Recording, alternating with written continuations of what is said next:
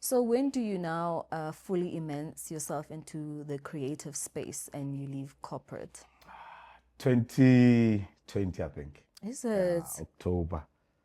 after COVID? Well, mid-COVID. Took a big risk for us. Wow. I know with your fashion brand, Rare Blaq, it does incorporate art, fine art in it, right? So do you do that or do you work with an artist to come up with the designs? So, not okay. So I think we do it in a both way to say. So there's certain artworks that I develop myself, like the one that you have now. I So love those, it. yeah, it's So for you, can anything be fashion? Just like can anything be art? yeah, yeah. I think it can. Yeah. Yeah, to me, I think maybe people they think fashion maybe it's only just the fabric. To say maybe if you can't see fabric, it means that there is no fashion on it. And so to me, I think yeah, any object can still be fashion. It's just how you yourself define it. To say Why was it imperative for you to have a physical store, even if it's a pop-up? Because in this climate, it's a lot of e-commerce going on, and a lot of people are selling online. And you see a lot of retailers actually moving online instead of physical stores. They're actually closing a physical store. So why was it imperative for you to have a physical store in the form of a pop-up?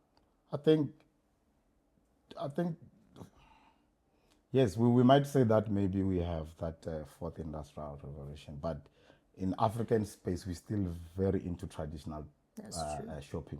And with that, specifically, are you not threatened by AI? Because I already know that there's like apps that are providing such solutions, and you're sort of kind of competing with AI right now. Are you threatened at all? No, man, people are not. I don't know if people they understand what is AI.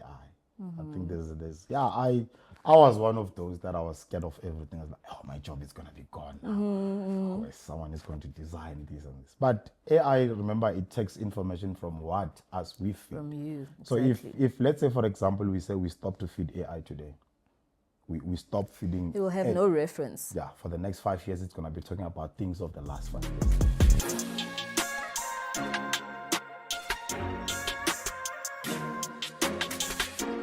What's up, everybody? Welcome to another episode of What's Art. And my name is Tuli. And today in studio, even though it's not the usual studio, but in studio today, we have Blaq of Rare Blaq. Blaq, welcome. Thanks for the opportunity. How are you? I am good, man, and you? I am great. Great. And why do you go by the name of Blaq? Why Rare Blaq? Why Blaq? Oh, I think black. I think it comes from me just being in the darkest skin at all. But I didn't really have to make it more of a race than so it's a race within a black race. Yeah, so yeah, man, I went through the name maybe from a young age, but as calling myself as Black Child. Yeah, but then after some time, then I started to refine it a bit, so just to make it look maybe fancier or either even sounds fancier. Instead of writing it with a CK, then decided to use Q just to create a sound as well and do away with the race of it, just to have black as just a name without defining maybe any race. Yes. So Rare Blaq is a fashion brand, right? It's actually a lifestyle brand, Okay. which currently I think we are still focusing only on fashion Okay. as our first segment, but we sort of provide the entire lifestyle in terms of you will find us doing maybe objects like your furnitures, your home things like, and then maybe as well you'll find us maybe getting involved in a music, creative space. So we are more of grouping the designers or either the creatives. So and becoming a platform, yeah, for almost every creatives that wants to be involved as a Rare Blaq person, yeah. Awesome. So it's all encompassing. That's why you say it's a lifestyle. Yeah, it's a lifestyle brand. So it we can even maybe tell you how to live your life tomorrow. Just like I like that. So tell us more about Blaq. Who is Blaq? We understand what you do right now, but like who is Blaq? yeah, I just don't know maybe in which term, but I think Black is I can say that an individual that who always consult in space of creative. So I have a background of architecture, and then I sort of been practicing more in architecture space, and then where I find myself doing a lot of collaborations with other architects or either working with other people. So I thought of, let me just take Blaq and use it as like an individual that comes in and consult to. It can either be you guys maybe are designing something, it can be in a glass or packaging or whatever, and then I can just come as Blaq and then do my input based on what you guys want. Yeah, I think he's more of that at the moment. Yeah, until maybe there's other opportunities. I can be a singer tomorrow. Or You're just gonna let your mind flow. Yeah, so I think Yeah. yes, with all the opportunities that I'm getting currently, that's I think fashion, architecture, maybe a bit of creative space in music, and yeah, where I know a few of the gents then can make an input or either get to be involved maybe to preview the song before it comes out. So you know, so I think on that space as well, I can say Blaq might find himself being involved maybe in 5 years or 2 years to come. Yeah. So when did you develop this passion? Because I am aware that you studied something else. So you studied BCom In economics. in Venda. Yeah. Take us back to Venda, how you grew up, what... Far north of Limpopo, I think. Yeah, call myself a far north boy. We're not far from Limpopo River, so. Oh, nice. Yeah. So I think it's a village in one of the area called Niani. Yeah, but growing up there wasn't much of this, man. I think even internet, electricity, I think we got it around 2000. But I was just someone who loved to know things, man. Even if I couldn't Google and say maybe what is happening in Joburg now, either what is happening in fashion, but it was more of like maybe your drum magazines that you'll get from people that buys around the village. Yeah. So I think through that and then TV a bit, it would have just show you how this life looks like outside there. Yeah. But there was not too much that you can say you will learn or not even think of this, of where I am today, that I will end up reaching where I am. Yeah, it was just a guy who's growing up. We'll see life, what it's going to cater us when we grow up. Yeah. Why did you choose BCom at that time? Was that something that you thought, oh, this is what's stable, or? Not really. So I think within a family, all my brothers, I think firstborn, he's more in law. Then the second born, I think, was doing IT. And then the third one, then he's the one who did becoming accounting. Okay. Yeah. So, you know, man, in villages, we didn't really think of art can pay so much or either it can take you somewhere. So I would have just to look at what inspires me around that time. Yeah. And it's like, okay, I think commerce is more cooler than doing maybe law. But I wanted to do law first. And then my brother's like, no. He said no. Yeah, it's like, it's too much. I was like, okay. But then maybe when I'm there by University of Venda, that's when I started to realize that I think these things of drawing can actually make money. Yeah, but I did few architectural work. By then you will call it house plans, not with these fancy words. Yeah, because we didn't even know what is it. So it was just in a house plans. So I did that just to survive and to get my entrepreneurship skills, throughout my career at the university. Yeah. Yeah. Then I pushed that until I got here in Joburg. Okay. Yeah, that's when I started to sort of just put things in a formal way. Yeah. When is it when you arrive in Joburg? It was 2011. Okay. Yeah. And you're done with varsity at that time? Yes. I graduated 2010, then came here 2011 just to come to look for a job. Okay. Yeah. And how did that go about? Like, I think when we got here in Gauteng, you tend to get a lot of opportunities. There was a lot of opportunities that I've seen, but you know, alone you can't grab all of them. But I was like, okay, I'll grab one by one. So I think first few months, I think 1 or 2, I worked for Woolworth. Okay. Yeah, so as a picker, just to get money rolling, and then from there I started doing like house plan around township.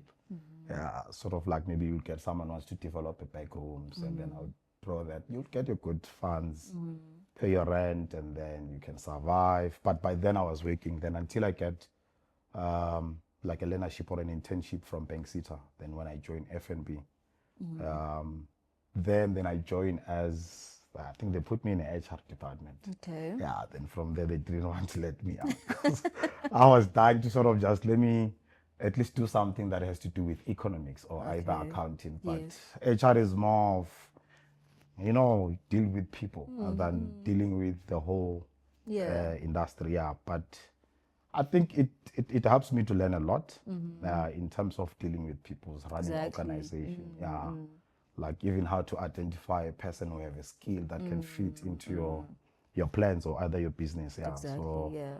I can say it has contributed a lot. Absolutely. So when do you now fully immerse yourself into the creative space and you leave corporate? 2020, I think. Is it October. after COVID? Well, mid-COVID. Took a big risk. Wow. Yeah, but I think maybe that happens because the time when I was working, then you will get. I think most people they had enough time on their hands by that time because on weekends there's no clubbing anymore. On Fridays you don't go out at night, so there was more enough time that I would put into the business, and then realize that actually there's money here that I can survive. I don't really need a lot, and that's when I was like, October, I'm out. Okay. Yeah, and then started this, and then this is where I am today. That is quite interesting. True. And you have grown in a space of 5 years, Yeah. right? And I see also that you have grown so much that there's collaborations with certain big stars in South Africa. You've collaborated with your son Els, Duduzo Makhathini. How important is it to have brand visibility in that way? And how much of it is based on trust, that these people trust what you do, they trust your vision? I think most of them, maybe like Duduzo Makhathini, to say, when I actually texted him and said, hey, I have something that I think is going to look cool on you. And then he's like, okay, bring it. I'm here in Joburg. Then I went and dropped. So when I was going to drop it at the hotel, he was not there. Okay. So I just left it by the reception. But when he came back, he gave me a call immediately. It's like, this is something else. So I had a top packaging, and then I had this, I think it was the first balaclava or our first collection that we did. And then from looking at it from someone who you look up to say this guy has maybe a style, and then complimenting or either can get enough of your item. I think that has opened my eyes to say, okay, there's certain small conversation that I have to have with almost everyone that I'm going to work with, just to understand if they do understand the vision. But with Nduduzo, I think it's much easier because he's very futuristic with his style. He's ahead. You give him anything, it works, So I think with us, we look at such people that we think they don't like to be boxed when it comes to creativity. And then we are currently using them as our, I can't say marketing, but yeah, just to get a brand out there. So I know with your fashion brand, Rare Blaq, it does incorporate art, fine art in it, right? So do you do that, or do you work with an artist to come up with the designs? So so I think we do it in a both way, to say. So there's certain artworks that I develop myself, like the one that you have now. I So love those, it. it's architectural human figures. So it's how when they do sketches.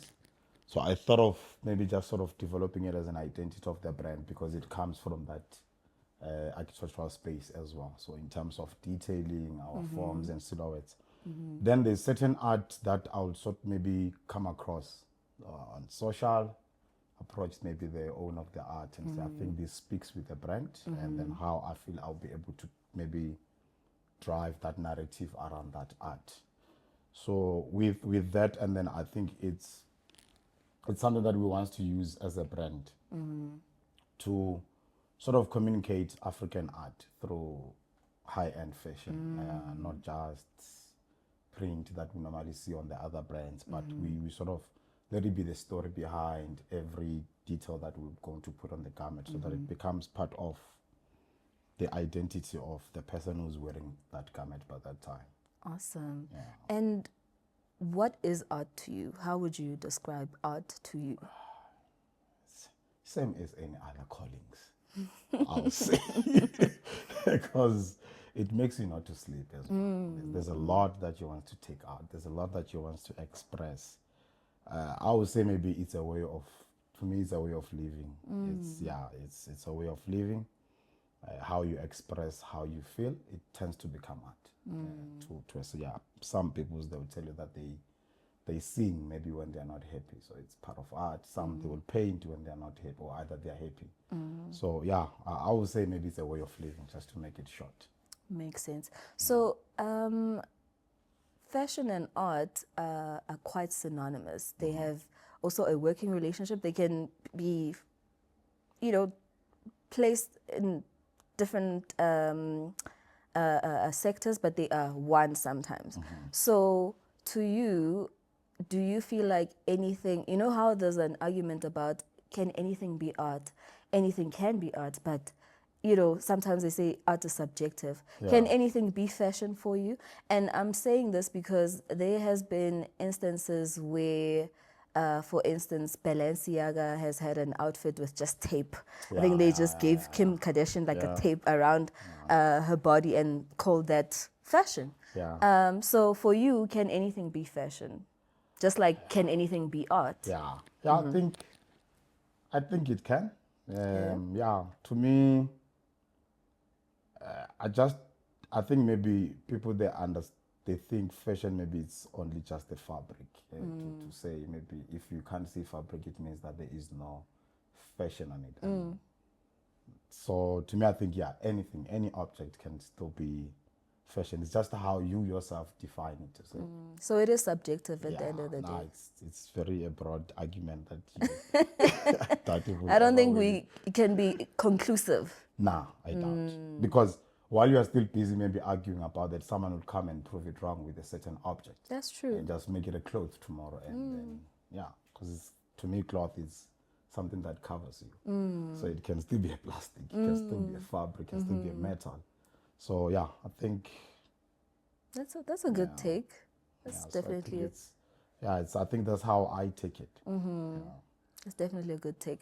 So I know last year you had a pop-up shop at Mall of Africa for Rare Blaq, the brand, right? The fashion brand. How did that come about? Because that is quite huge, and a lot of people who are like you in the same space as you would want to achieve something like that. How did that come about?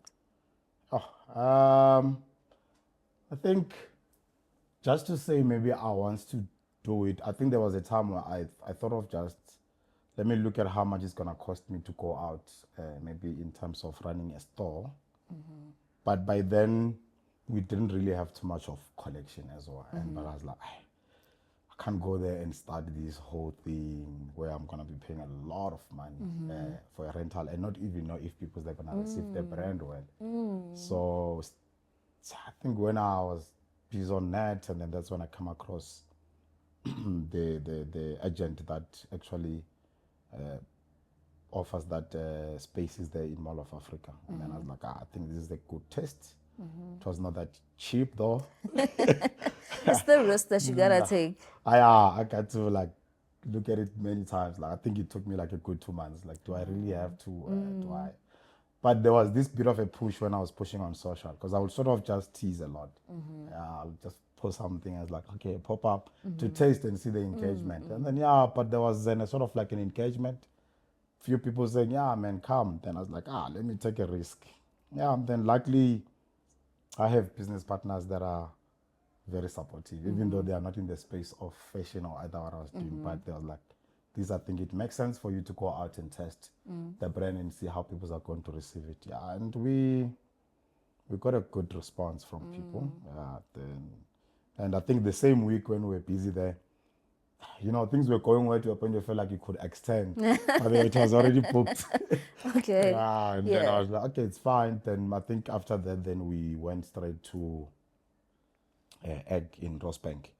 Yeah, so I think that's where Tsepo got us from the pop-up that we had here in Mall of Africa. Then it's like, hey, I see the brand. Can you come through? Let's see if we can help you guys. Then yeah, that's when we end up finding ourselves by Egg after this pop-up in Mall of Africa. Why was it imperative for you to have a physical store, even if it's a pop-up? Because in this climate, it's a lot of e-commerce going on, and a lot of people are selling online. And you see a lot of retailers actually moving online instead of physical stores. They're actually closing a physical store. So why was it imperative for you to have a physical store in the form of a pop-up? I think, I think, yes, we might say that maybe we have that fourth industrial revolution, but in African space, we're still very into traditional That's true. shopping. Like, we still want to touch fabrics. True. Yeah, and I look at how I wanted to position a brand and say, if I were to go out now and say the t-shirt is 4.5 and you have never come across this brand and you're only seeing it online, It's gonna gonna be very difficult to difficult trust for a it. black person True. to, or either Africans, they won't really trust you. It's like, yeah. So, but we sort of try to balance the two and say, when we go out to Mall of Africa, it was more of us just to go and do a brand awareness to sort of get people into the space and talk more about it and to say what is next, so what are we planning to do. So I was not really looking too much into sales. Would you actually consider a permanent store, a physical permanent store? Yeah, You but would. in a different manner. I think what I would want to have is maybe a Rare Blaq space, Okay. where I put all these things that we have, architecture, fashion, furnitures, whatever that we'll be having by that time. But just having a block where we have more for creatives. So I don't want people to go to mall for such brand. Yeah. So because we want, our idea with the brand, it's not to do too much of bulk or either a fast fashion. Yes, it's going to be in a fast fashion, but in a high-end way. But we want to spend time with every individuals so that we have this thing called personal edit. So it's when you come and then we sit and then maybe you say, I have maybe 500,000, for example. I want my whole collection maybe for the entire family. Then we sit down, then we design the collection that speaks with what fits you, what you like, but which is still under a Rare Blaq identity. So with the store-wise, I think it would definitely become an issue if you find yourself in a commercial spaces, rather than having maybe a space where it's better controlled and then we can bring people in, we can have things like this. This is one of my plans, to have studios where I can have my own podcasts, or either other people can come and rent out that space. But I just want to group a lot of creativities. Then Rare Blaq can be in that heart of that space, because I know that those are the people that have been taking a brand out. So if they can see it every day, it's easy more for them actually to take it more global. So I would say maybe Rare Blaq home, then few pop-ups. So we have few ideas that we are coming up in terms of pop-up. I think last day I had a chat with Jay about the other one of going to, like, just get an apartment. Maybe, for example, go like New York or either Cape Town, then just book maybe a nice penthouse. Then we can be there for like an entire week, have a rail like this where people can come and shop, maybe attend few numbers per time, maybe you book in. So I think that's how I would like to roll out the brand to the international market than just going to the store, as much as everyone is trying to run away from the mall. So I don't see ourselves having too much of actually even a physical stores. Yeah, because so far we have managed to reach a lot of people through online. I would say that the brand has managed to put a good foundation in terms of trust for people to know that we can deliver. So I doubt if I will have that much though. Makes sense. So, fashion in South Africa is quite broad, right? I know it belongs to two ministries. It's under sports, arts and culture, but it's also under trade, industry and competition, right? you'll find fashion falling under those two ministry. Would you suggest that it should just fall under one ministry so that the focus is on one ministry, or should it actually have its own ministry on its own, stand alone, or does it make sense that it falls with both? Yeah, I think maybe because of the funding structure that these guys they have, you find other certain departments they fund for certain things, like maybe like your arts and culture will look more into bringing more activities, physical activities, to say maybe you're going to create this event there, then there will be a movement. More on the creative side. Yeah, and then maybe even Department of Tourism gets involved sometimes. But what you're suggesting of having one, it would be best. Look at maybe even Department of Electricity that we all didn't want. Yeah. But today we are better. I think it will help a lot because there's a huge gap in, I don't know, maybe because I'm not well equipped so far, or either say maybe there's something that I missed when I was reading around to look for those opportunities of fundings or supports from those departments. But I would say it's, by dividing it to that point, yes, it makes it a big problem because they won't have, those guys definitely they don't speak one goal. That's true. Yeah, so one was talking event where, yes, you just want a brand to have an event. Do you even care if they have a factory? If we're going to do that event, what are the things that are needed? Do you have those resources? You find that certain resources you have to go and apply for a certain department. Exactly. And you don't get it there, it means that this project is going to fail. Or either you have your own money. So I think having one, it can help a lot to bring back actually even factories and manufacturers in that industry. And how do you think the government in general can help the fashion and design industry together with the textile industry? How do you think it could help? I think there's a lot that these guys can do. And looking at infrastructures, if you go, when I started to go out and say, let me go and shop fabrics and everything, people they will always direct you, go to this place in Joburg, go to this place maybe here. But there's areas in Joburg that it's just an empty buildings that people are saying that here they used to make belts, here they used to make shoes. I think it's a small thing for a government just to go back and relook at those spaces and say, can't we bring machines back? Can't we do maybe in a partnership with, to me, China, it's way ahead when it comes to this textile industry. So if maybe we can partner with them to say, guys, you can bring machines from the start, from developing fabric, so that maybe we can look at resources or either anything that we can use to develop fabrics local, so that we don't have to be sourcing out everything, because it limits us a lot for not having such support from them. Even I wouldn't talk about maybe events. Those are the things that your fashion shows, those are the things that brands can do. But there is a huge gap in terms of textile, that you don't get fabrics, you don't get machines, printing machines we're still using. Old systems.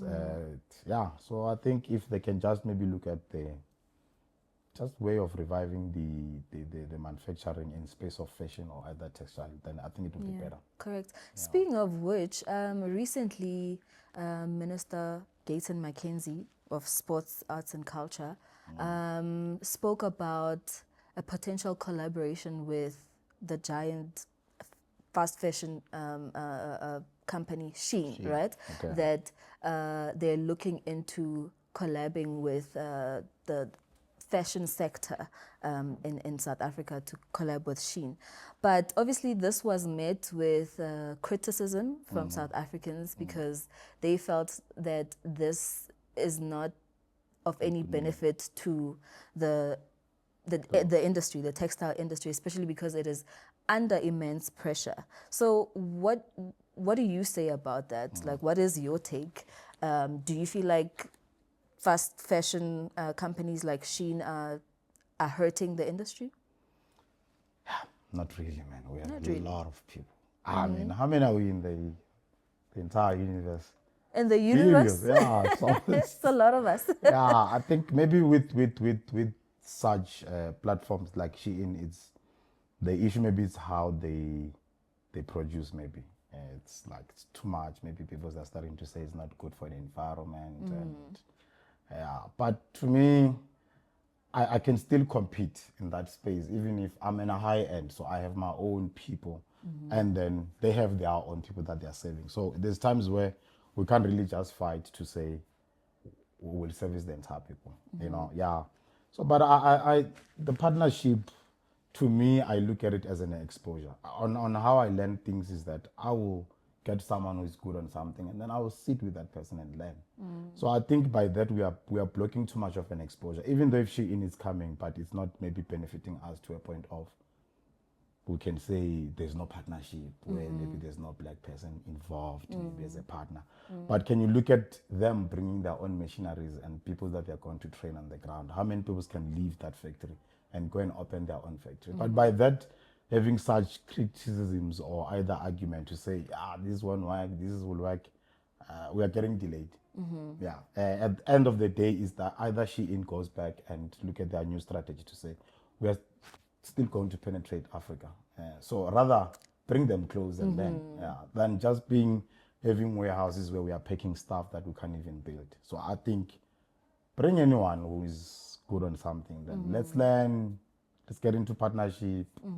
Then somehow you will have a lot of maybe even locals owned factories or fashion brands. Yeah.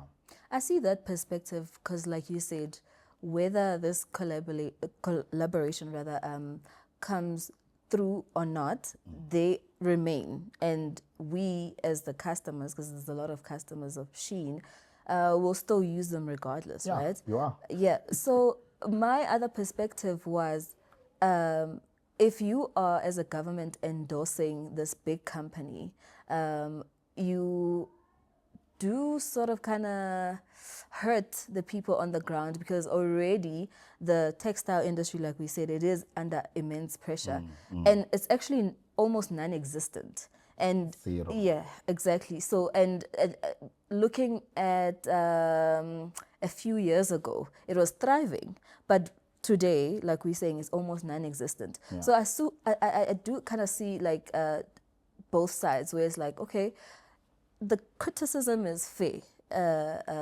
it's constructive, but I also do what you are alluding to, that whether or not we collab with them, it really does not affect them. It Yeah. actually is of a benefit to us to have that sort of collaboration, especially because, man, we know the Chinese are very, they are light years ahead of us. Tomorrow there might be a new app that will penetrate better than even being in a partnership with them. Yeah. So we still become a consumers at the end of the day. So they're not going to back off and say, those guys have refused to partner with us.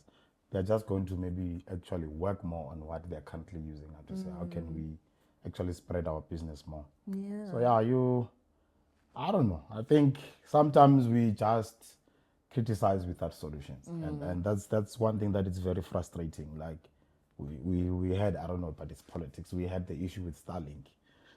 We say no. But even today, I think we're on the maybe in 8 months now. There's not even an alternative to say maybe this is what is going to replace Starlink. Do you know what I'm saying? So we can look at those risks and the securities that people are talking about. But sometimes when we critics, we must be at least to say that we have this on the Have a table. solution. Can we put focus on this? Because I think during that time, there's a lot of people that would sort of just gotten more information about it, how it works, and to know that there was a lot of local companies that could offer similar, but those they're gonna need funding, those they're gonna need resources, those people. So it means that at the end of the day, it's either we are going to China to buy those equipments, or either we're going to America to buy those equipments. So to me, I think sometimes let's argue when we have a solution. It would be better, even for us to support any criticisms or argument that might come when there's someone who's coming as like maybe in a foreign investments. Yeah, so that we know, we tell them that, guys, this is the alternative, not just to argue with them and say this won't work, but we don't have any solution, you can go back. Yeah, so I think That's fair. I accept that. Yeah. So for Rare Blaq, where do you see yourself in the future? What is it that you desire for this big brand? So with Rare Blaq, I think other than just being maybe going global, I would would like this to remain and becomes an individual, even if we are all gone by then. But we are sort of trying to create that system to become more of a platform for almost everyone.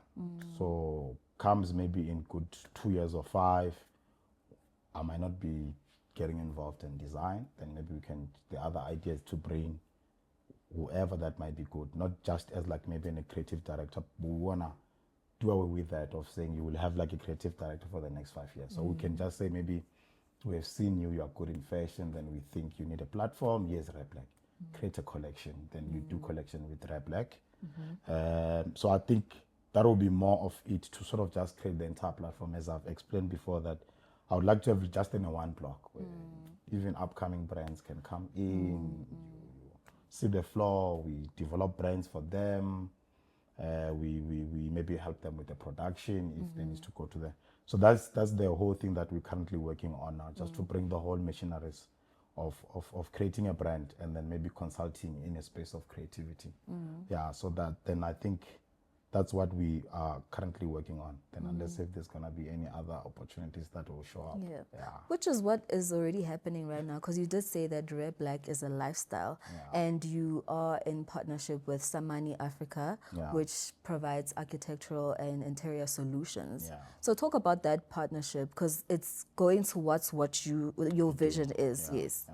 So we came up with Samani to sort of just bring architects into one space. Because if you can look at it, architects are not really, I don't know, maybe because I'm not really a professional architect by education. So I don't know how they feel or either how they operate about the entire business. But it's the people that are into creative space. Yes. Yeah, they are very, architects are very creative. Like the way of thinking, how they analyze things. They come out with the solutions very quickly. So with that, I think with Samani, we thought of, let's create a space that we will be able to sort of just give these people another hope of saying there is a market out there, but it just needs to be approached maybe in a different way. Not the way that maybe they have been approaching the market. So we approach it through as like it's in a lifestyle that we're currently doing at the moment. The way you will find maybe an interior architect will come and work with us on a project. Maybe he's just designing a rug, or either that person is just doing a ceiling, or it can be anything which is like in a home object at the moment. Yeah. So we started that, and currently we have few of people that we have been working with. We're doing exhibitions. Like we design stands. We are designing. I'm busy with a stand for Rare Blaq, so a pop-up stand, so that I can move it around shopping centers, or can either be your events that you add, then you can just come and plug that stand.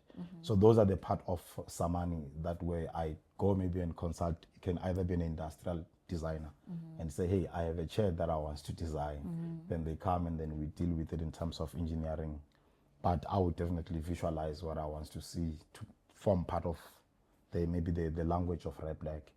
Yeah, so I think at the moment it's operating in that space, and until we are going to have something called sample box under Samani. So sample box is just going to be like in a clear glass box that we will, when we are featuring such people, it can either be in a sculpture or an art piece or whatever. Then we can just go and display it for a month and feature it as under Samani's website. Awesome. People can either buy it or just have a talk about it, whatever. But just to bring these creatives from the architectural space to say, guys, come, let's participate in any spaces. So I think that's what someone will be trying to open up for them. You know? Yeah. And with that specifically, are you not threatened by AI? Because I already know that there's like apps that are providing such solutions, and you're sort of kind of competing with AI right now. Are you threatened at all? No, man. People are not. I don't know if people they understand what is AI. I think there's. Yeah, I was one of those that I was scared of everything. I was like, oh, my job is gonna be gone now. Oh, someone is going to design this and this. But AI, remember, it takes information from what us we feed. From you. So if let's say, for example, we say we stop to feed AI today, we stop feeding. You will have no reference. Yeah, for the next 5 years, it's going to be talking about things of the last 5 years, which you don't. So we have to feed it just to simplify things. There is few mock-ups that I've developed through AI, even this t-shirt, yeah. So just take certain pictures and sketch certain things and then put it together and say, I want to see this. Which is still going to be same for me going to anyone who's a graphic designer and say, I want to see this. So I don't see too much of replacement there. It's just a tool that is helping you, like same as Outlook, to send out an email. So it can be your friend. It's my friend. Doesn't have to be your enemy. Oh no, please grab that thing now. Trust me, you need to grab that thing today. I actually even regret not knowing Doing it it earlier. back. Yeah. I would have maybe. There's a lot, man. I think since I've known about it, there's a lot of things that I just drop there, gives me answers. In my architectural space, I'll drop just in a drawing, then it will do the checklist for me to check if I've missed something. Which, if you were to hire someone, will be sitting for a good 4 hours. Yeah. So it's our tool. AI. It needs to be operated by us. I think maybe what might just be in a change is that I think we're going to have a lot of prompt engineers done. So people, they need to learn how to write now, to express themselves. And it's something that, not us, man. So, yeah, but I think, it's a friend. It should be a friend to everyone. The future looks quite interesting, right? Speaking of the future, what do you have in store for Rare Blaq? Actually, we have a few of our collection that is coming up. So there's stuff that we've been working on. So with Rare Blaq now, in terms of drop, because we don't have any physical store, we thought of not doing too much of garments. So maybe a few, like the one that you're wearing is only maybe 10 of them. Then we sell and then we move. So there was always gonna be products. So our plan with collection now is to create something maybe from Monday. So if you keep up with Rare Blaq on social, you will always see that there's something that is coming. So if that thing becomes a success from a sample point of view, then we can make it as a product. So we sort of just do that. But my idea is to have something called Black Sunday. Okay. Yeah, so Black Sunday will be after church. Then you guys can come and see what we've been building since Monday. If there's a t-shirt that you can grab for your Monday until Friday. Nice. So those are the things that we'll be starting to do now, just to change how your shopping experience as well. Yeah, so there'll be certain things that we'll be doing at that space. There'll be definitely music that we love most as Rare Blaq, and then there will be definitely food, people, and then it's almost like a market. Yeah, so we're actually creating our own African market. I like that. Yeah, so we are currently working on that. I think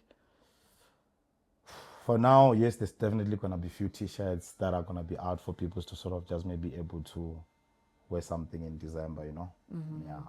That's nice. I like how you stay true to the name Rare, because clearly there's literally some outfits that are quite rare, and it's something from Monday to Sunday. If it's done after that, on to the next. Yeah.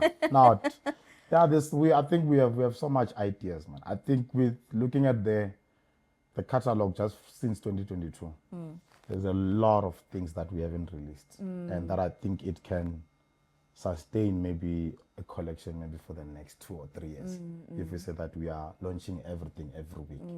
So so we have a lot, and then I still believe that there's going to be a lot that we're going to build, so we don't have to be just creating one thing for almost everyone. So and if you can look at our graphics, they speak with different people, so we're not just creating graphics for a certain market. So there's clothes that from people that are creative, that understand that, okay, this is sketchy. And then there's graphics like these where it's for streets, like most of maybe people that are on TV or DJs, or they love such graphics. So we sort of look at that as well when it comes to how we build up our collections or either our edits. Yeah. I know that we had a talk earlier where you were speaking about big brands like GQ and Netflix doing like a showcase around Rare Blaq. Are you able to speak about that? Yeah, we're currently working with GQ for a feature, but I would have loved a cover, bro. You're gonna get it. You are gonna get it. It's only a matter of No, time. I know, but I would have loved to be working on a cover, but it's still something big to me. Yeah, and for them to recognize the brand, It's it gives you huge. a courage. Yeah, that is. Yeah, I feel like we're actually done. I think if you reach to that level, then you get a chance of going global easy. Yeah, and then but I think then with Netflix is more through certain people that have been buying or either loyal clients to the brand or either the community, as we call the community. So certain community people there, you find that they're being featured maybe on a certain events or either shows on Netflix or either either any TV. Yeah. So they will come and say, hey, I have this that I'm doing. Can you maybe you guys dress us? Then yeah, they came through. We are working on something as well with them. I think maybe by the December, I don't know when the episode will be out. Yeah, but you'll see something that we're working on there. It's beautiful. We can't wait. I'm Fine, really it's happy coming for you. I think you've really come a long way. In 5 years, you really have come a long way and you're doing great things. There's a lot of study, man, that goes in. No, of course. Give you all the credits for it. No, Yeah. there's a lot of. Yeah, I think honestly things are compared to the other brands, because definitely you will go back and compare yourself. That okay, someone maybe in 5 years he was here or either she was here, and I think to me, I might say maybe it's an opportunity. Many brands were built back then when there was no socials that much. Yeah, so they couldn't maybe quickly maneuver around and find themselves maybe at that space. Yeah, but for me, I would say for us, we were more lucky because of that technology as well. Correct. And and maybe the approach, the strategy of how we have used to sort of enter into the market. So it was quite different. I think maybe it's because we didn't have any knowledge of what we are doing. So you will almost do everything and then everything will work. Yeah, so I think, yeah. Listen, we are proud of you and it's only upwards from here. So before we wrap up, right, I want us to play a game. Yo, It's not, literally every time I say to my guests, I want us to play a game, this is what I get. And honestly, it's not a big You deal. sort of like, look like someone who's coming with a 30 seconds. No, not at all. I'm not going to test your knowledge. It's really all about you, right? Okay. I just want to find out if you had to collab with any fashion brand, who would it be? Maybe name 3. And then if you had to also dress certain stars, they could be international, they could be a local, dead, living, it doesn't matter, right? 3 of them. And then lastly, if you were to, which I think you will do soon, be at a fashion show, right? And at the end, you have to come out, right? And be like, this is me, Blaq. I created all of these beautiful garments. What song would you come out? Yes. Yeah. So those are my 3 questions. So let's start with the With the fashion brands. brands that you work with. I think with fashion brands, what would make sense when someone maybe look at the brand would be something that has inspired the brand, maybe like your Off-White, then your Yeezy, I think as well, maybe Brutality from Yeezy and Balenciaga. Those are the brands that maybe I can say any day, dog. Is Yeezy still there? Yeah, it's surviving. But he went down with you know that was it $20 or what garment? So he's selling everything for $20 now online. Oh, when they disbanded with Adidas. Yeah, so he went and created that affordable brand. But he's still out there. Yeah. Okay. He's pushing. Maybe he Not that can hard. partner with you. That'd be great, right? Bring him in. Easy. Any day. Plus, he's coming to South Africa. So maybe you should go to the You concert. think? And then, I mean, we are assuming that he will. Now, if you were to come, I will. Come on, any day. Yeah. So Yeezy, you said Yeezy, Off-White, and what Off-White else? And maybe Balenciaga. Balenciaga. Yeah. And any stars that you would like to dress? Give me Wizkid. Wizkid, really? And he's fashionable. He's global. Yeah, he's that guy very is not fashionable. scared of anything Yeah, as well. yeah. So I think his team they're very creative. And then whenever I look at him, I see my brand there. One day, bro. Awesome. But now I'm It's working not on it. far-fetched. No, It's even gonna tomorrow, happen. as we speak now, he might call. He Who might, knows? Yeah, really. so maybe tomorrow, yeah. Who else? South Africa, think they do so. But you have already dressed him. You dress him Yeah, all the yeah. time. Yeah, so he's my He's your favorite when guy. it comes to style. Yeah. I think maybe Kelly Rowland. Kelly Yeah, when it comes to Rowland. lady That's stuff, nice. she's coming hard Yeah, with all these sense of style. So I think she's absolutely. I I would have agree. gone for Tina. Is it Tina Taylor? Tiana. Tiana Taylor. Yeah. Yes, So I would have she gone for also, her, but yeah. yeah, I think she was already got too much of the brands on her now. Yeah. So with Kelly Rowland, she's showing up there and there. You see her. I hear you. Yeah. Yeah. Some I just see them passing, but I don't know their name. But I would have liked this one would fit nice on my garments. Yeah. No, I'm content with the list that you gave me. So a song that you'd walk out to if you were at a fashion show and they say, "Look, we've loved your designs, Yeah, but absolute here's the stellar song. show. Here's Blaq coming out." What song would that be? Yeah, that's a tough one. It's not. What do you listen to? Who do you like? I play a lot of Afrobeat. Okay. Yeah. So, but to me, I would say if I were to get to a point where I'm having a fashion show, the whole soundtracks must be created for Rare Blaq by the artist. So who do the soundtrack? Maybe that's the better question. I will work with people that I listen to most, and then maybe even look at the people that I've worked with the brand. So we are currently with there's a gentleman called Beyond. Okay. So I think he works with Universal. So he's a producer. He's produced a lot of guys. So he's sort of like a friend to us as well. Yeah. So we are currently working on an album for Rare Blaq, a soundtrack for Rare Blaq that will be available on the website. When you're shopping, you can still be listening to your music. So we just want you to just be on the website to listen to your music, not just to shop all the time. Okay, cool. So we are working on an album. So we're busy putting down the names. We have big names that we have worked with in terms of garments. So we're gonna make sound with fashion. So we try to have that. Then we have maybe like sessions where we'll design the collection with them, and then we as well work on the album. So the both comes in the same time. So maybe that might end up being in a fashion show, and then maybe one of the songs. That would be my favorite. So the soundtrack will play from when the models are showcasing all the throughout the show. garments, I thought and then you coming out. That'll just be the soundtrack. From maybe this me person. coming out, or maybe not you coming out. But what I'm getting is that you are holding a monopoly to this creative space. Hey, Yeah. It's music, it's fashion, it's everything with you. It's a one thing. I think maybe they have separated for the longest time, but art it runs throughout everything. That's what maybe you would find most of creative people, they can do a lot. It's just that maybe they don't have time.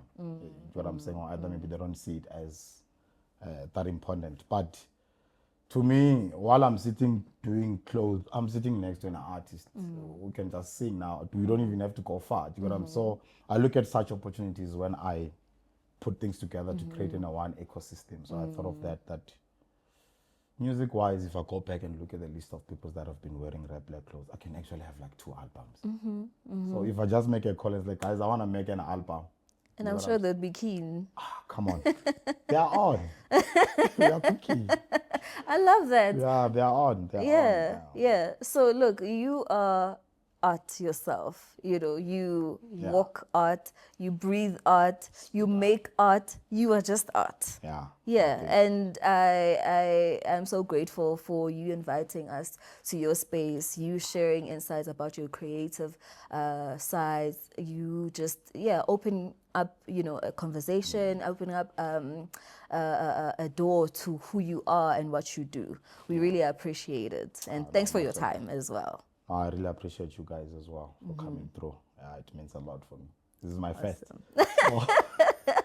We are happy to be your first. Yeah. Oh, look, I was actually been telling one of my friends that, I look at their podcast and it's like, think of it if you can look at the person who's been following Kanye West for many years before he made it in life. That guy went and released that documentary and then he made a fortune. Could he? Yeah. Right? So it's like, let me start with the small ones because the bigger ones are already out there. So as well wants to call you one day, like, hey, can't you just give me some thousand rand there? Because I see that your podcast is got you 1 million. Yeah, look. Yeah. Also, anybody that wants this interview, we are selling it in dollars in like 10 years. You know, when what you're I'm like saying. Yeah. showcasing yourself in Paris and they're like, yeah, actually, we want to see some archives of Rare Blaq. They're going to start here. No, we're gonna come back to you guys because we are currently working on a Rare Blaq TV. So all the digital I content. told you you're a monopoly of everything. Anything that is creative, you are there. Come on. No, I love it. TV is a small We're not thing. condemning you. We love it. Yes. Yeah, but we wanna leave like too much of education for the upcoming brands because there's a lot of things that we didn't know, and still some people they don't know about clothing until you pay a price to know it. It's gatekeeping.